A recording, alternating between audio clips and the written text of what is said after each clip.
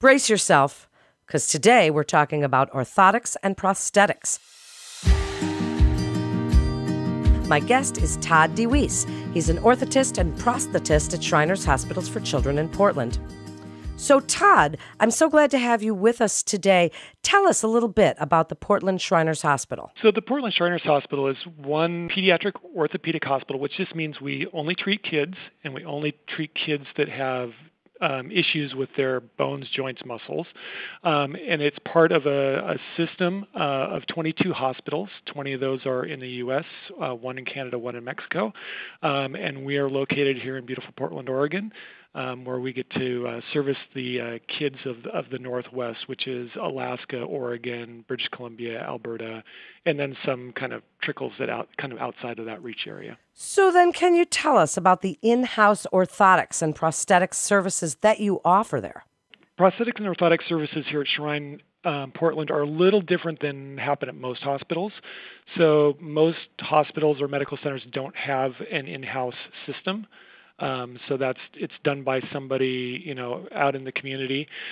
We have our staff here that evaluates the kids, works with the families to kind of develop what's an appropriate device, and what needs does the child have, and how do we address that. And then we actually build those devices in-house here at the hospital, and then fit and deliver them, which is pretty rare. Most places don't have all of those pieces, and a lot of places don't have any of those pieces. So it's kind of unique that way. Do you work directly with the patients and fabricate everything they need, or are you working with their physicians, their physical therapists? Yes to all the above. So the nice thing about being in an integrated system like Shrine Portland is that I get to work with the physicians who are ordering the device and the physical therapists who are helping with the rehabilitation of the child.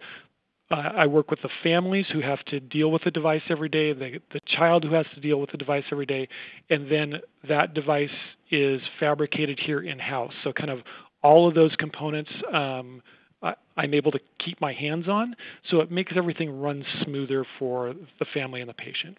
For the listeners that may not know, Todd, tell us about the difference between an orthotic and a prosthetic device. So the difference is kind of subtle, but if you think about an orthotic device as something that kind of helps a body part that isn't working quite right, and a prosthetic device is something that replaces a body part that isn't there anymore. So if we think about somebody that has had an amputation of the foot, it would be a prosthetic that we would put underneath them.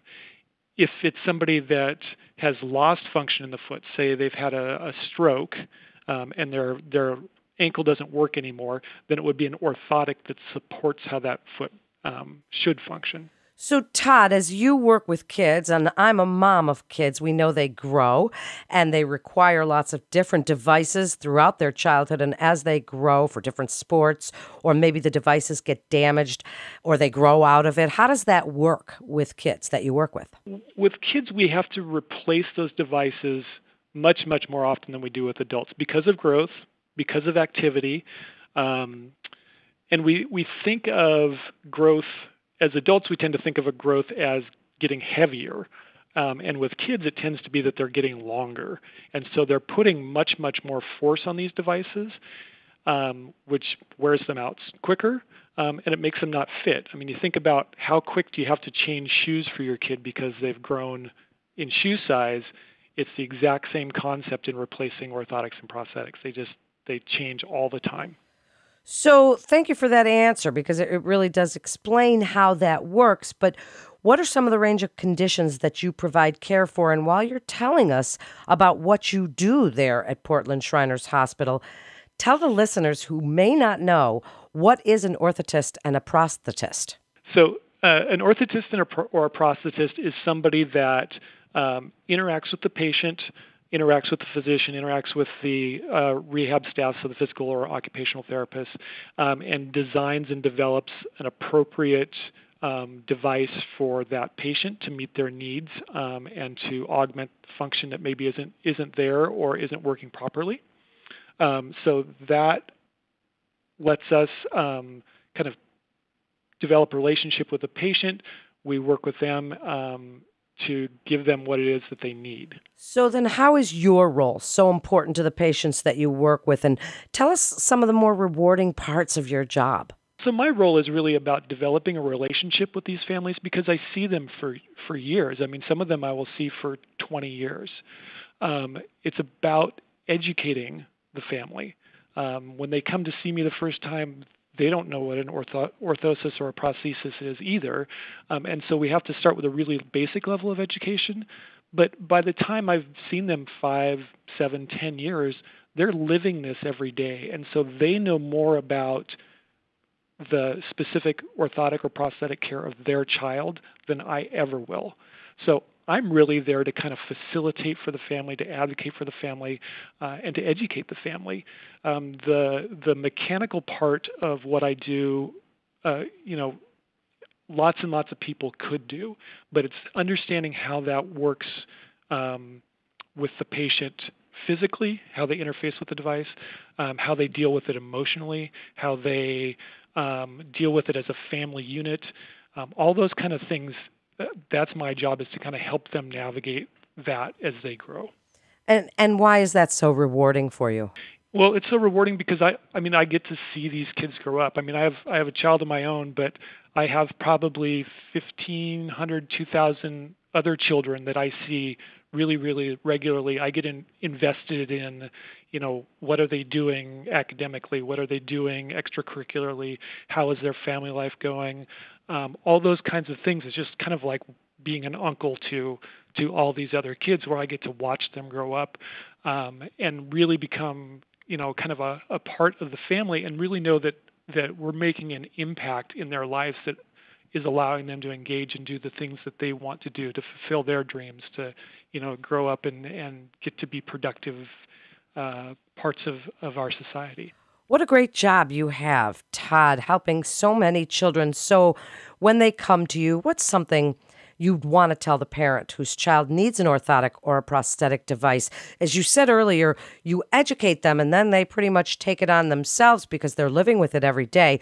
What do you tell them at the beginning of what to expect or what you would like them to learn from this? I think the first thing that I say is it's going to be okay, right? Because it's something that most people have no idea about. They don't really have an understanding for when they first come to see me.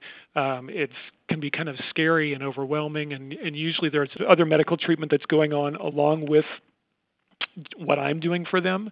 And so starting to establish that relationship and starting to build that trust that, hey, what we're going to do for your child is going to help improve their life.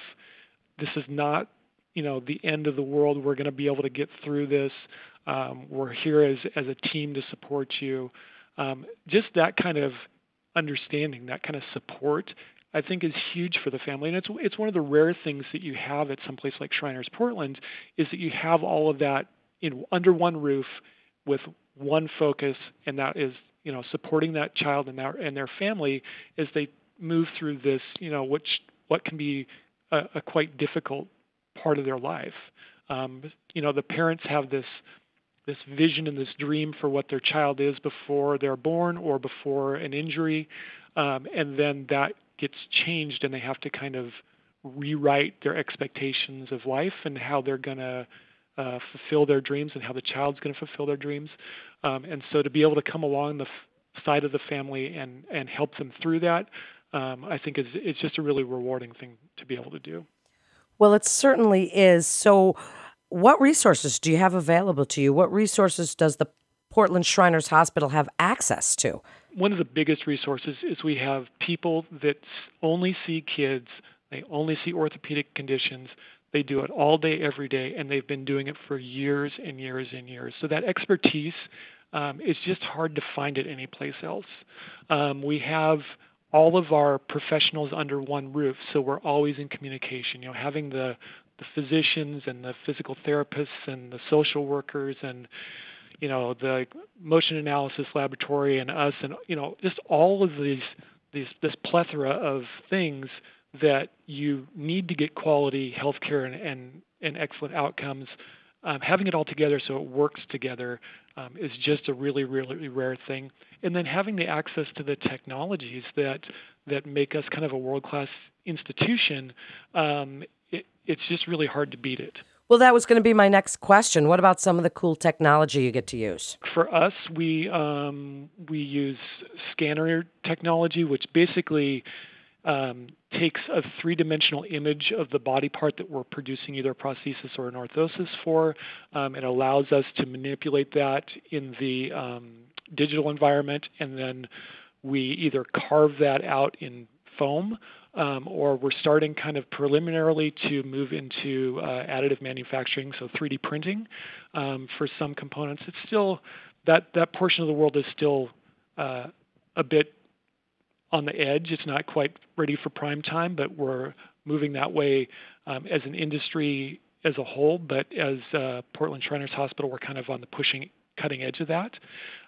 So we have those tools available to us.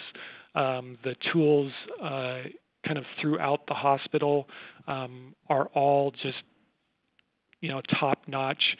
We have access to X-ray technology that allows us to treat our scoliosis patients who tend to get a lot of X-rays because we follow them for a long time with very, very low doses of radiation so that we're not risking radiation injury to the kids that maybe they would have potentially been exposed to, say, 20 or 30 years ago. I mean, it's just all these little things that make a huge difference in how I am able to practice, and it makes a huge difference in what the outcomes are for our children and their families.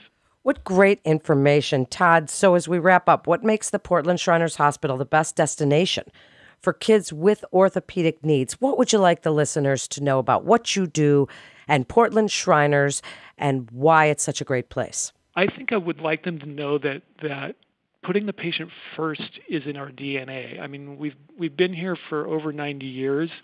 We have it so ingrained in us that what the patient needs, what's appropriate for the patient, comes first. Everything else is second. And so to have that level of commitment to the patient and not have that some of the burdens that other health centers have about, do they have the right insurance? Do they live close enough so that they don't have to travel? I mean, all those kinds of things are supported through the Shriners and through the hospital. Thank you, Todd, for coming on with us today and sharing your expertise about the services offered at Portland Shriners. That wraps up this episode with Shriners Hospital for Children in Portland. Check out portlandshrinershospital.org for more information and to get connected with one of our providers. If you found this podcast informative, please share with your friends and family, share on social media, and be sure to check out all the other interesting podcasts in our library. Until next time, I'm Melanie Cole.